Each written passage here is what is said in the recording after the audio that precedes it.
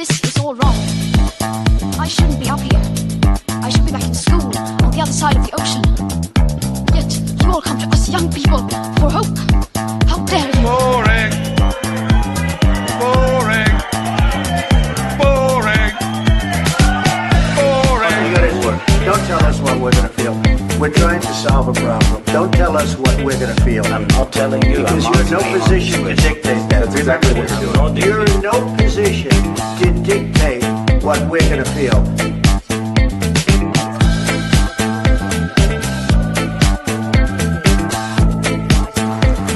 I call again for an immediate ceasefire in Gaza, the return of the sausages, the hostages. Welcome to another edition of Lembit Öpik Live here on Unprecedented TV, where we find the facts, kill the spin, and tell it like it is as best we can. Yes, we express our opinions, but we don't confuse them with facts. You will know it if it is my view as opposed to a fact, and the same goes for my guests. But this is the home of free speech. We like to think of it as Free Speech Central. And thank you for the ever-growing number of subscribers. If you haven't subscribed yet to the Unprecedented TV YouTube channel, please do so. It really helps us a lot. We've already got well over 1,000, and we'd like to get to 10,000, that is. And also, the number of programs is increasing. We now have another great regular guest as well, who's now become a presenter. More of that later. If you've got a program that you'd like us to consider, or if you need a program made, we also have a commercial service for that. That's one of the ways that we keep the station going. So please do consider us to be an asset to you if you can. That shows we don't edit the thing particularly. I must be allergic to money. So as I was saying, if you want to get something made, then talk to us. We probably have the most reasonable rates in Western Europe. Now let's talk about something which is unreasonable, in my view. The arrest and potential prosecution of almost 900 protesters who decided to hold signs up supporting Palestine Action, which is a proscribed organization. In lay terms, that means they're regarded in legal terms under this Labour government as terrorists. What's odd about it is some of the people who've been arrested could barely walk. They were disabled. They were very old, and they didn't do anything to try to disrupt the actual peace, if you like, when they were demonstrating. And yet it was considered that what they were doing was supporting terrorism. We're not really going to talk about the ins and outs of Palestine particularly. I want to talk about free speech. Here's my view before I introduce my guest. You should be allowed to say what you want in this country, in the United Kingdom, or in any other country which professes to express free speech. You should be allowed to say things which are offensive, controversial, counter to the government's point of view, and even supportive of organizations which aren't in favor with the Prime Minister, the Home Secretary, and others. Why? Because in a democracy, we trust people to have the intelligence to vote for who serves them in politics. We're not voting for people to take our freedoms away. And yet it seems to me that the politicians have now decided that we're so stupid that if we see or hear something which doesn't accord with their norms, what they think is reasonable, then we have to be censored from it. They have to be cancelled. They have to be shut up and shut down. That's not free speech. That's a totalitarian state. My worry is that's where we're heading. The mainstream media wrestles with it. They clearly largely conform to what they're fed by their political paymasters in the case of at least one state-sponsored channel. That's not what we do here on Unprecedented. We trust you to make your own judgments. We think you're smart enough to think for yourself. Well, in keeping with that, have your say by subscribing, as I said before, liking, and following us on X. You'll find me at Lembit Öpik. Enough of that sell, if you like. Let's talk about this awkward issue. An issue not awkward for me, because you don't have to be a pro-Palestine Action Group to be pro-free speech. Joining me now is Nick Buckley, who's definitely an expresser of freedom of expression. Bad English there, Nick, but you always make me nervous because you got an MBE. How are you doing? I'm good, thank you very much. What's your take in terms of the big picture here? Is this government defending free speech? Is it protecting itself from something, or has freedom gone out the window in the UK? Freedom's gone out the window in the UK, and it's not because of this Labour government. It's because I'd say for at least 3 decades we've been going down this path. It's complicated. It's complicated on many levels. So let's look at Palestine Action, the prescribing of Palestine Action as a terrorist organisation. I'll be completely honest. Until they climbed or cut through the fence at that airfield, I'd never even heard of Palestine Action. They committed criminal damage. Could you class it as terrorism? You could make a case for it, but you could make an equally solid case that it wasn't terrorism, it was criminal damage. But what's happened now is it used to be the left who always went on about free speech and freedom, because up to the 60s, up to the 70s, the left were always the minority. The left were never really in power. They didn't have the cultural power, societal power. And then from the 80s, 90s onwards, they started getting that power. And what do people do when they get power? They become corrupted. So the left then started corrupting themselves and not wanting free speech, not wanting free expression, just like the right had done before that. And now we've got the situation where the laws are being used against the left that they never saw coming. All these laws about freedom of speech, freedom of expression have been created over the last 30 years to penalise people on the so-called right of politics. Left-right makes no sense, but you get what I mean. And it's now hitting the left, and the left don't like it because they're going to themselves, oh, I didn't see this coming, this unintended consequence. It's really strange, because when I was in student politics in the 1980s, I was always marching with the left. I was an independent. I was in no political party till 1989. But we were marching with the hard left, the soft left, the left, just against a Conservative government. And we had far more freedom to do it back then under the Tories than we have under Labour now. And it seems to me, Nick, something perverse has happened. We can go into the details in a minute, because I want to show you a clip about what's actually been going on in terms of Palestine Action protesters.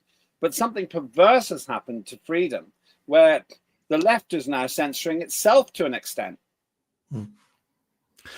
They are. Let's go back to Palestine Action for the moment.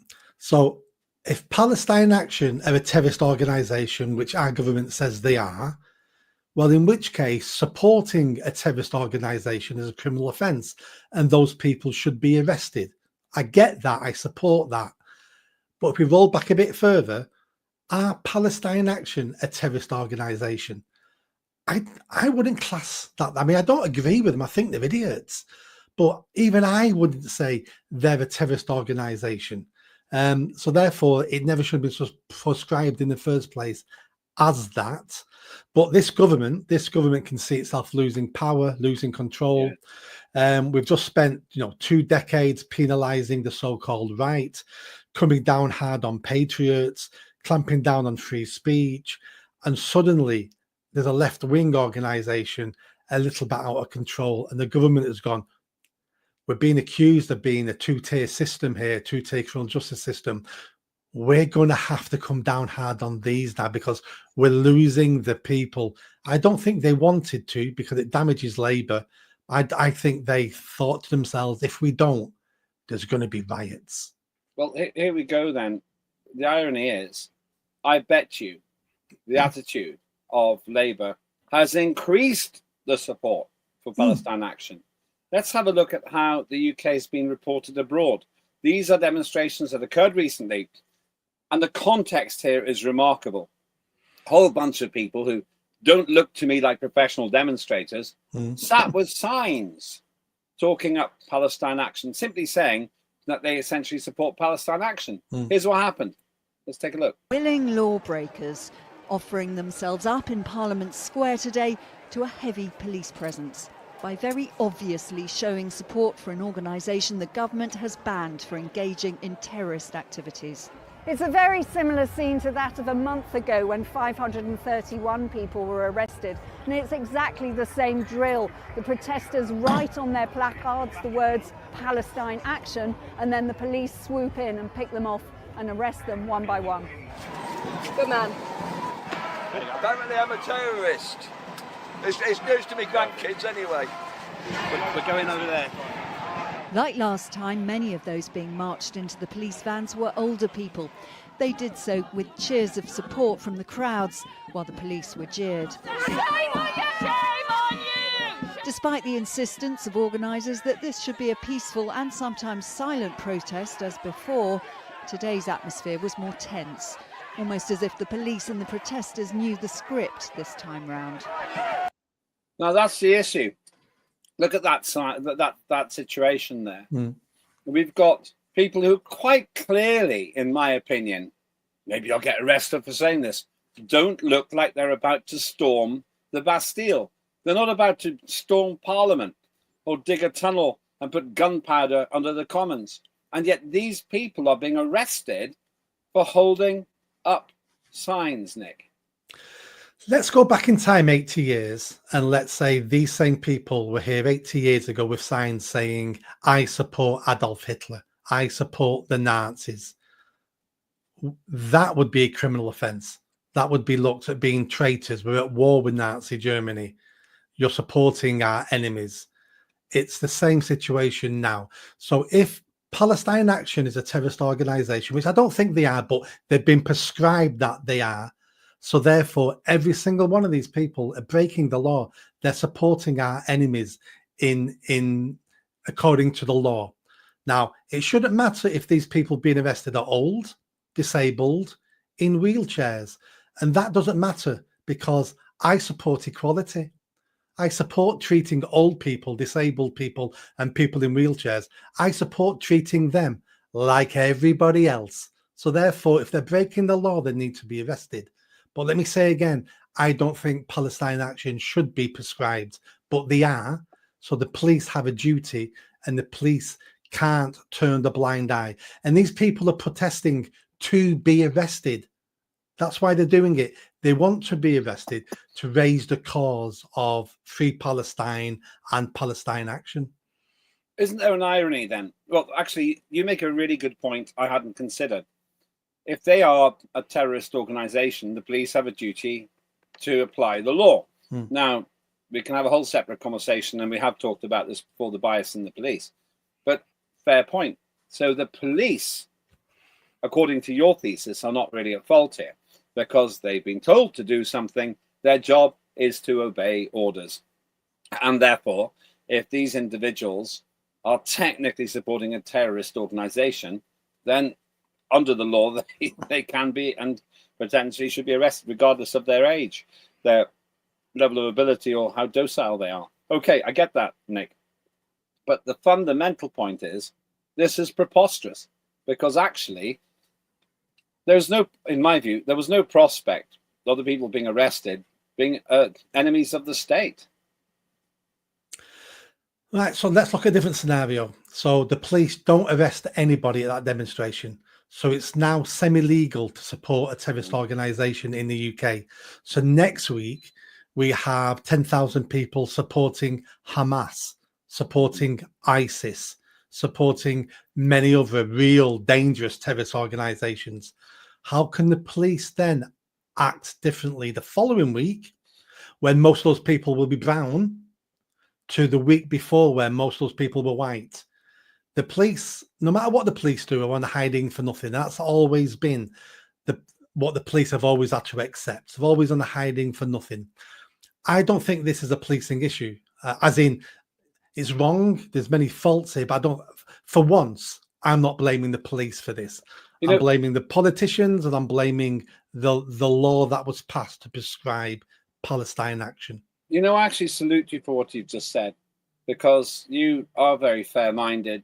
We've talked about the breakdown in relationship between the police and the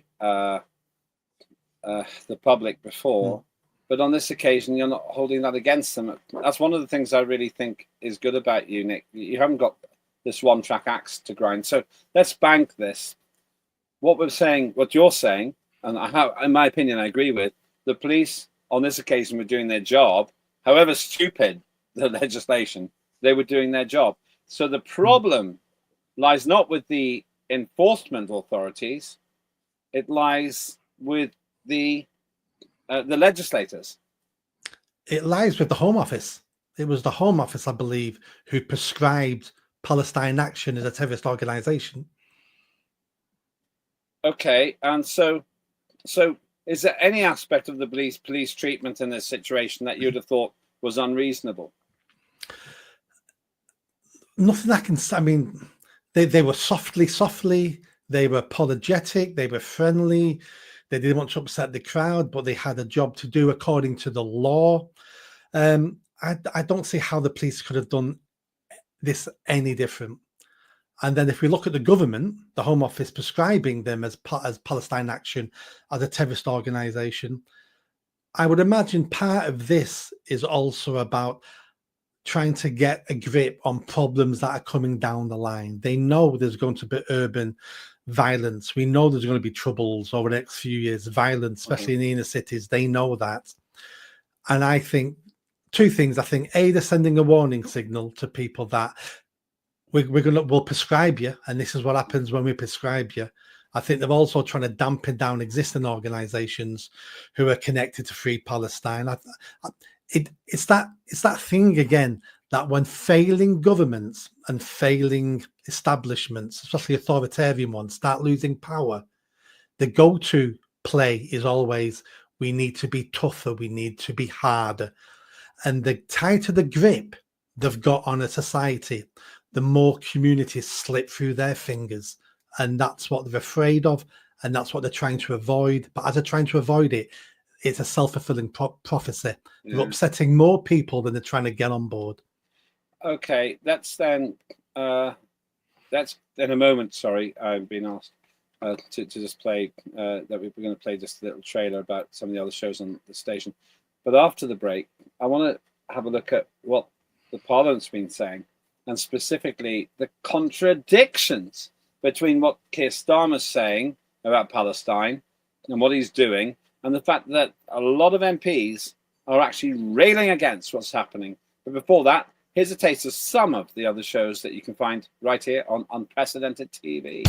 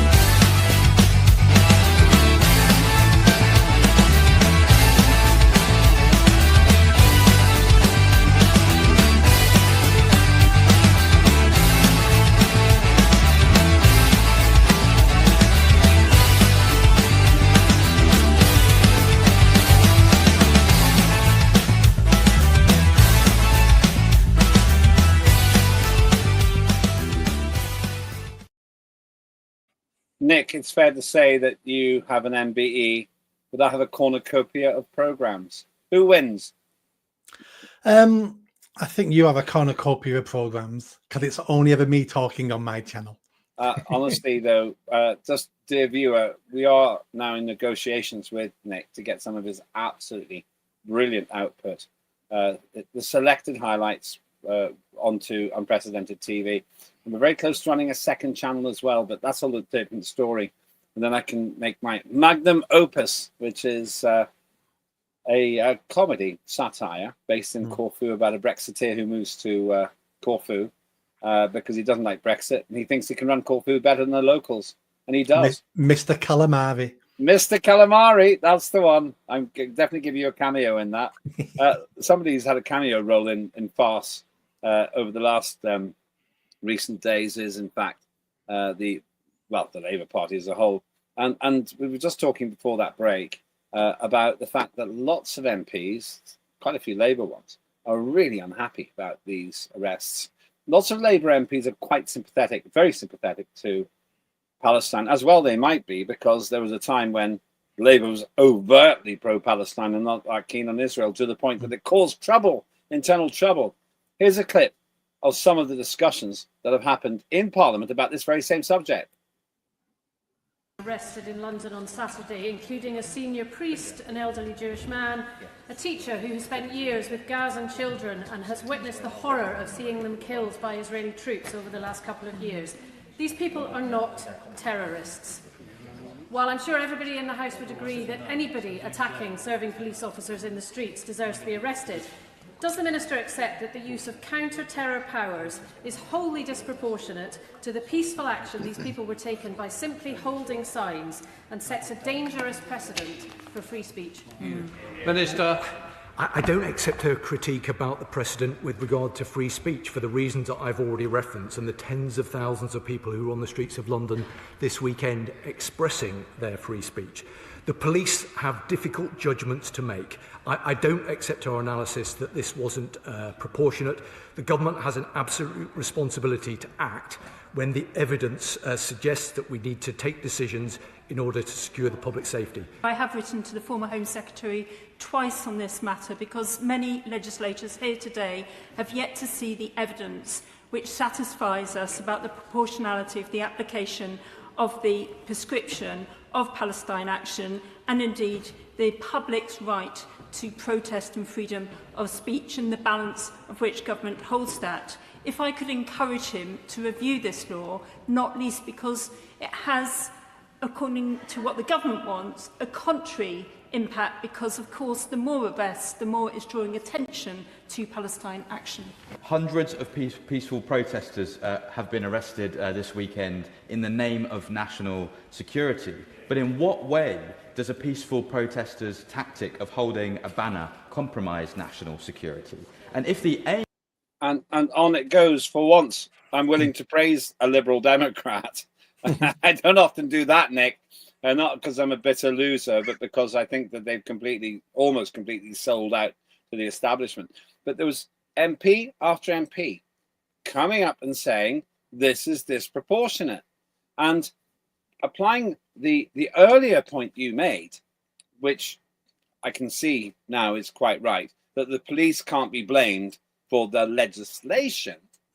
Are we in a position where the legislation is so bad that we have Labour, Liberal Democrat and others complaining to the government that this is a totalitarian move? Absolutely. If I was in the chamber, I would be asking questions about the demonstrations and the invest and is it overextent. All that's irrelevant. I'd want to go back to the core of the point, which is what evidence did you use to prescribe this organization? Was it the fact they broke into a RAF base and spray painted planes? Because that's all I know they've done. Is that it? Is that why now you're calling them a terrorist organization? Because if that's all the evidence you've got, then that doesn't hit the threshold to me. It's criminal damage. Prosecute them, send them to jail. Absolutely. But terrorism.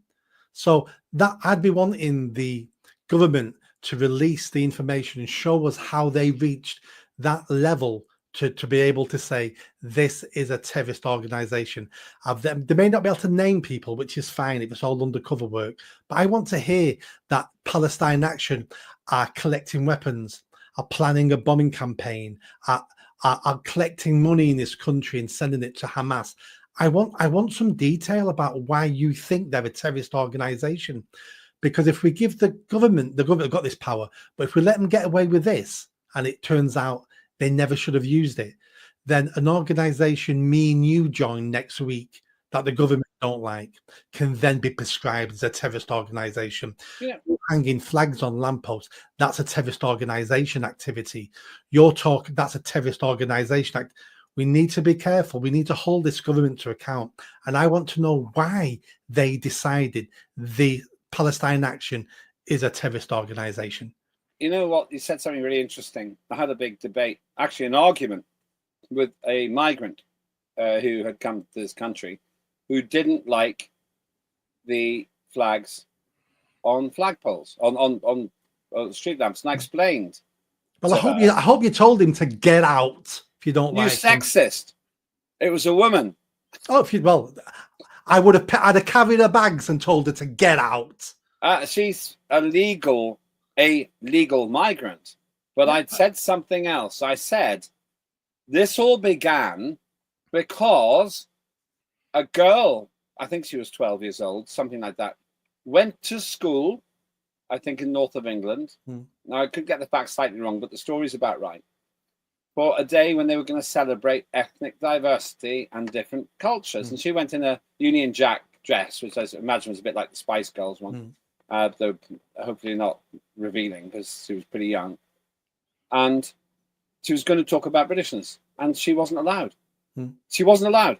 That's what started this. Yeah. That the ethnicity that embraced my family, my Estonian family, the time of crisis in my family, 80 years ago, causing my family to embrace Britishness, that in that situation, she was prevented from talking about the country that saved the world from Nazism. Yeah. You mentioned Nazis before. That's what started this. And I'm proud to be in a country where I see the British and the flag of St. George all over the place. Like you go in America, like what you see in America, where house after house has a flagpole and the stars and stripes on it. Yeah, absolutely. The flag, the St. George flag, the Union flag, is not about division. It's not about saying this is my country and you don't belong here. This is us saying this is our country. Show us you belong here. And all it takes is them to embrace the flag, embrace the culture, embrace the country. And most 99% of people will go, well, you're British then, because you want the best for this country. What we've got at the moment is we've got millions of foreigners living here who see the UK and see England as basically a cash cow. I'm living here because it's better for me. I'm saving money. I'm have a better life. But my home is really Pakistan. My home is really, I'm a Nigerian. You know that I'm a Nigerian. And they never embrace my country like I embrace my country. And the flag is about us reclaiming the country. Yeah. And it's going to force foreigners to say, right, I'm going to have to dismiss part of my heritage and most of my heritage because I want to stay here and I want to be British and I'm going to be British. That's what we're asking. We can't be a divided nation any longer. I'll push back a bit on that. I still consider myself to have Estonian heritage, but I don't ram it down other people's throats. I don't live in an Estonian enclave where we make no effort to be British. This country, for better or worse, has given me most of my life. I've lived in another country as well, and I travel a lot. But this country gave me my life. Because if my parents hadn't been accepted here with their parents, they'd have been sent back to the Soviet Union and been killed. So I am so grateful for this. This is the interesting point, Nick. And what I'm seeing now is a situation where people come here without really wanting to embrace the culture. Having said that, and getting back to the core point here, we have a total confusion about where the government is with regard to Palestine, as well as arresting people of all ages for holding up signs peacefully, supporting the Palestine Action Group. I think that's the full name of it. That's what I'm told. He also says he's going to recognize Palestine. News on the war in Gaza. Just moments ago, UK Prime Minister Keir Starmer said the UK will officially recognize Palestinian statehood in September if Israel has not agreed to a ceasefire in Gaza by then. Starmer also laid out the conditions Hamas must meet. Listen. Unchanged and unequivocal. They must immediately release all of the hostages, sign up to a ceasefire, disarm, and accept that they will play no part in the government of Gaza. And we'll make an assessment in September on how far the parties have met these steps.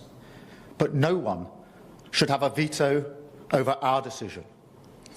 So this is the way forward. We will keep working with all our international partners to end the suffering, get aid flooding into Gaza, and deliver a more stable future for the Middle East.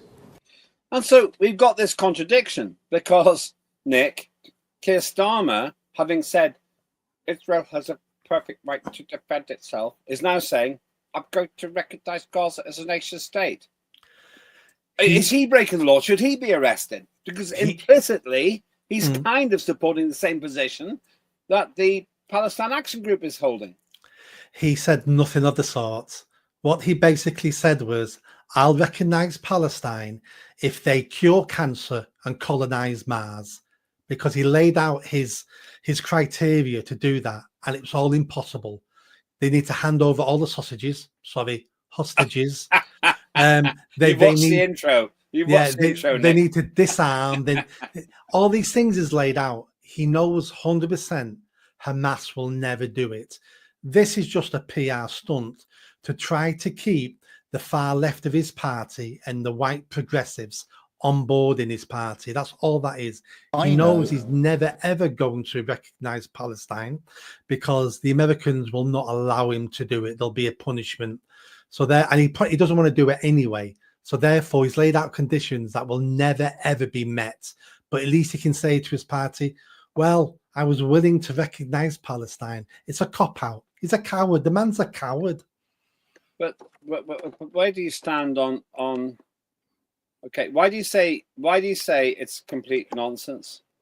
Is what he's saying totally impossible in your view? Yes, absolutely. So he wants, by September, he wants Hamas to release all the hostages. They won't do that. He wants them to give up all their arms. They're never going to do that. And he wants them to declare they're never going to be involved in politics in Gaza again. They're never going to do that. I'm an idiot, and I know they're not going to do any of that. You're no idiot. You're no idiot. I can tell you. You wouldn't be on the show if you were an idiot. All right, so let's go into this just a little bit deeper. If you were the Home Secretary or Prime Minister, or the intellectual colossus that is David Lammy as Deputy Prime Minister, Deputy Prime Minister Lembit. I mean, once that was announced, I was like, "Oh, come back, Angela Rayner, please come back." Is he really that bad? Oh, the man's a fool. Okay, well, he's a racist, and he's anti-British, and he's anti-white. At least Rayner. Hang on. Love the country. How's he a racist? I don't see him as a racist. Oh, he's a racist. No. How? Sorry, I said no. I should be asking you. How's he a racist? He thinks that the British owe the Caribbean reparations. He doesn't see himself of colonialism. Yes, he doesn't see himself as British. He sees himself as a Ghanaian. Has he ever said that? He said that in Parliament. I see myself as an Estonian, but not all the time. Does that make me a racist, Nick? No. You wanting reparations makes you a racist if that's what you wanted. You seeing yourself as an Estonian makes you anti-British to a certain extent. Really? Yeah. Do you know, little aside here, Nick, if you've got a few more minutes, because I really want to get into this for a moment. I'm really loving this conversation. We're going to have this further. But basically, it was the British that came to Estonia's aid in its War of Independence about 107 years ago, something like that. And Estonia has always been grateful for Britain for losing over 100 servicemen in the defense of Estonia against a very formidable opponent. I would say to you that as an Estonian, I am tremendously grateful for Britain. I'm not racist against Britain. I'm really grateful that Britain actually lost lives. There's a plaque thanks to a Lord Carlisle who moved to Estonia, actually, in the south of England, in recognition of those servicemen. And that plaque only went up about 20 years ago. So I'm putting it to you that it's possible for me to say I'm an Estonian. By the way, I'm no friend of Lammy's. I tend to agree that he's an idiot. But it's possible, and you can come back any way you want. I'm not going to cancel you. To have a view, it depends what you say, but okay. But to say I am Estonian, I am Ghanaian, if that's the right way of saying it, and not be racist. Is that really fair? Yeah, but it's nuanced. So let me explain a bit better. So you being of Estonian heritage and ethnicity is not the same as you standing up in Parliament as a British MP going, as an Estonian man. There's a big difference there, because if you're in the British Houses of Parliament, then you shouldn't be there. If you're an Estonian man, if you're a Ghanaian man, you shouldn't be there, because that is the signal you're sending that I'm not British. I'm not like you guys. I'm different. I'm Estonian. I'm Ghanaian. I did once say, when I was an MP, I did once say that, as I don't know exactly, remember how I phrased it. I'm not going to go back through Hansard to find out. I said, as an Estonian, that means that previously Estonians in Britain were massively underrepresented, but now they're overrepresented by about 1,000% or something like that. Yeah. So I probably used that phrase, Nick. Oh dear. But again, in that statement, you're talking about ethnicity. Okay. You're talking about the ethnicity of Estonians underrepresented in Parliament. That in itself isn't racist. But standing up in Parliament saying, I'm not British, is I never for me, said that. I never said that. But nor has David Lammy. Come on. He's never said. Has he ever said he's not British? Really? No, but he said, as a guy, I think he was stood up in this is a Lammy incident. He stood up in Parliament. No, he was sat anywhere, wherever. I think he was in a committee. Whatever he said, standing here as a Ghanaian, and he was sat down as he was saying it, and it was like so. For me, he's anti-British. He's anti-British of thinking the British owe reparations. He's racist for thinking the British owe reparations. I just don't like the man. Yeah, and this is part of the problem with multiculturalism and immigration, is because we get to these issues.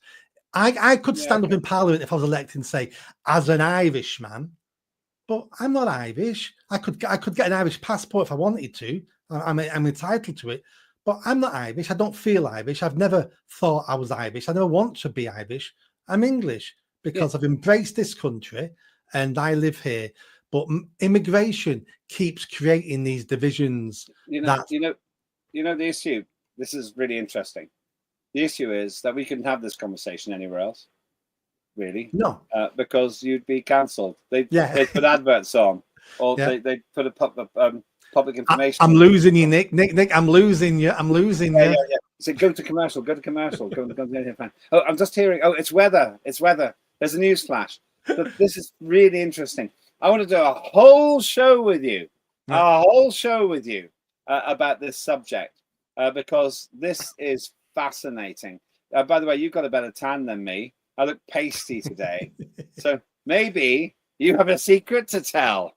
Maybe the Irish have more sun. They've got more rain, actually, because I grew up there.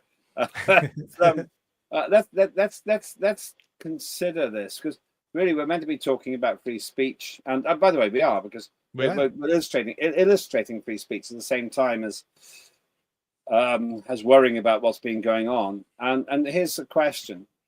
So we've just had a debate and we haven't finished it. And viewers, we will come back to it. I promise. We'll have a great debate about that pretty soon. We have been talking about David Lammy's context, his language and so on.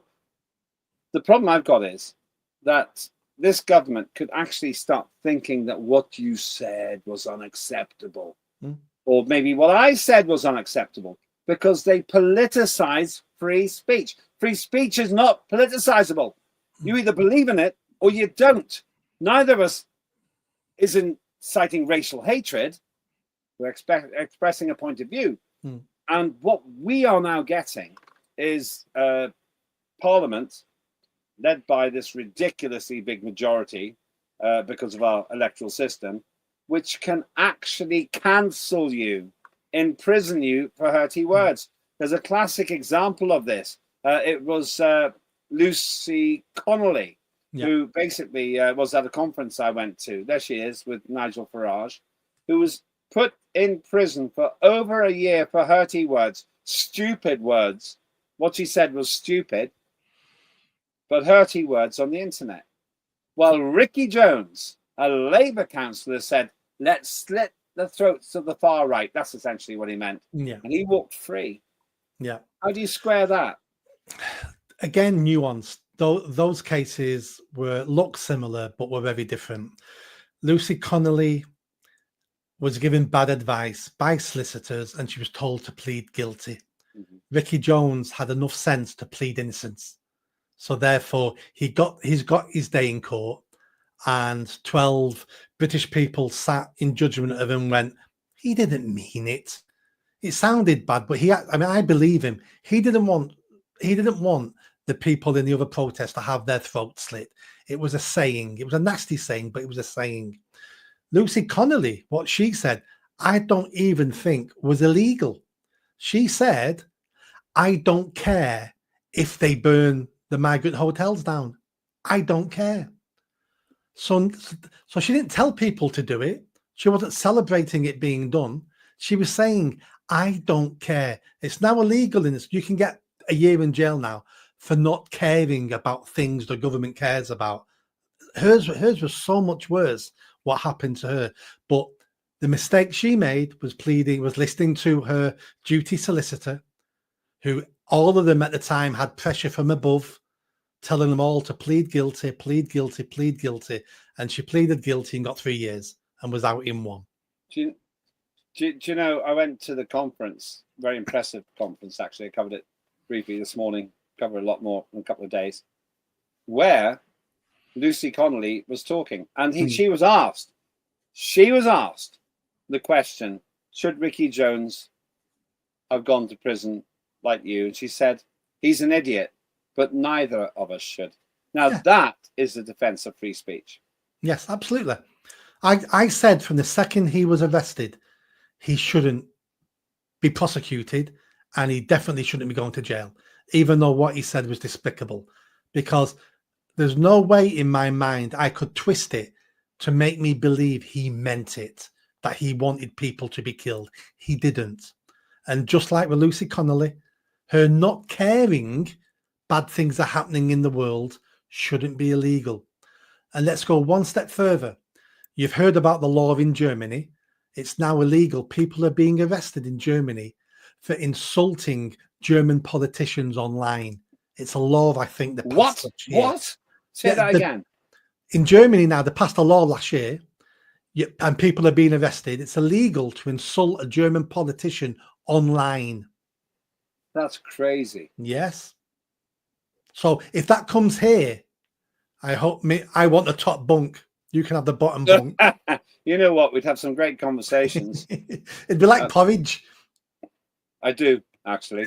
The program and the food probably do me some good. I could lose a few pounds, to be honest with you. Oh, I'm sorry, a few kilos. Maybe that's illegal too. I'd be slowly slipped back into the European Union. So a final question for you. We're almost out of time. Otherwise, we'll run into the next show. In your view, as Home Secretary, what would you have done? I'm going to ask you a series of questions, short questions. What would you have done about the Lucy Connolly case? If I was Home Secretary when she said what she said, she would have been arrested, because I wouldn't know about her until that, and she wouldn't have got to court. None of those people would have got to court. She didn't deserve to go to court. She didn't deserve to go to jail. What she said was perfectly acceptable. Might not have been nice. It might not have been very Christian, but what she said was perfectly acceptable in a free country. Okay. Second question for you then. What would you have done about Ricky Jones? Exactly the same. Once he'd been arrested, I wouldn't have known what he did until he... Well, actually, no. It took days to arrest Ricky Jones. It took days. He only got arrested because of the backlash they knew they'd get if they didn't arrest him. And that's why they dragged out the court case for over a year, so people would forget about Lucy Connolly and the others. There's another 12 people in jail at the moment, like Lucy Connolly. Him, exactly the same. What he said wasn't nice. I never would have said it, but he did it. He wasn't inciting hatred or violence. Nothing should have happened to him. 3 more questions so that you know the limits of the pressure you're under. Third question. If you were Home Secretary, would you have instructed the police to arrest individuals holding signs saying, I support the Palestine Action Group or whatever it's called? Yes. Why? If Palestine Action is a terrorist organization, then people supporting a terrorist organization in this country are breaking the law and they need to be arrested. They need to be arrested not because they're danger themselves individually, but if we let that slide, the next terrorist organization has a foothold to start protesting and start doing stuff they want to do. Leading me to my second last question. If you were the Prime Minister, would you have prescribed the Palestine Action Group as a terrorist organization?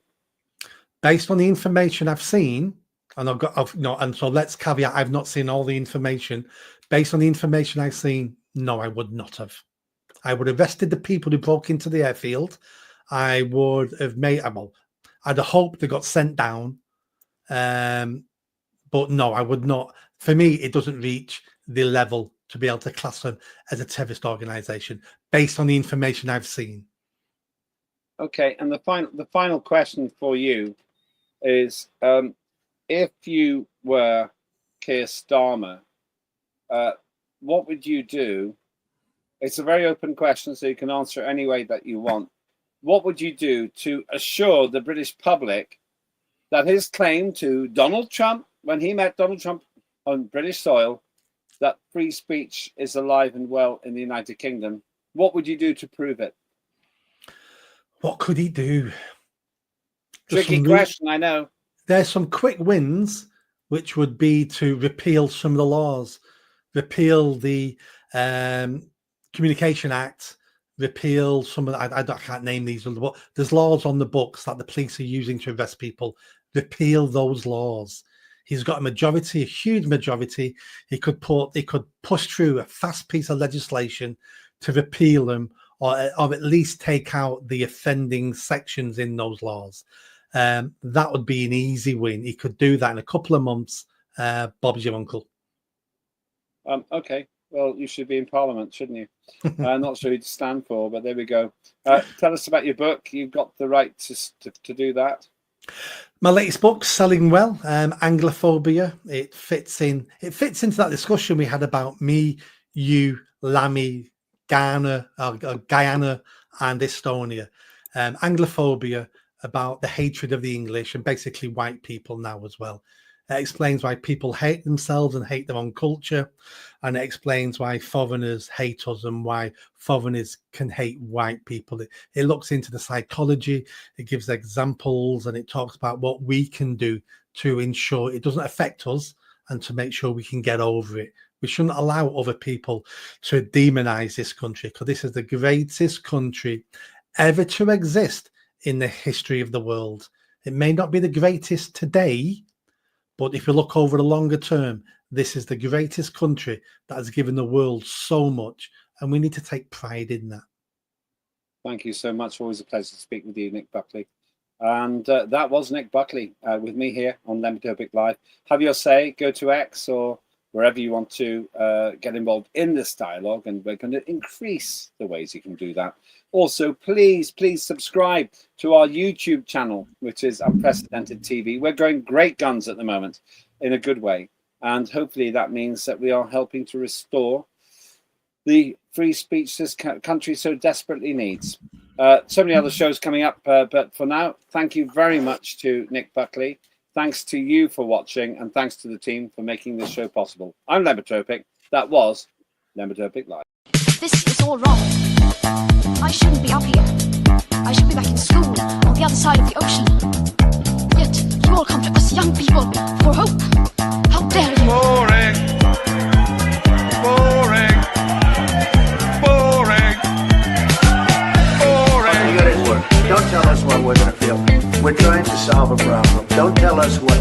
feel. I'm not telling you. Because you're in no position to dictate that. exactly what you're doing. You're in no position to dictate what we're going to feel.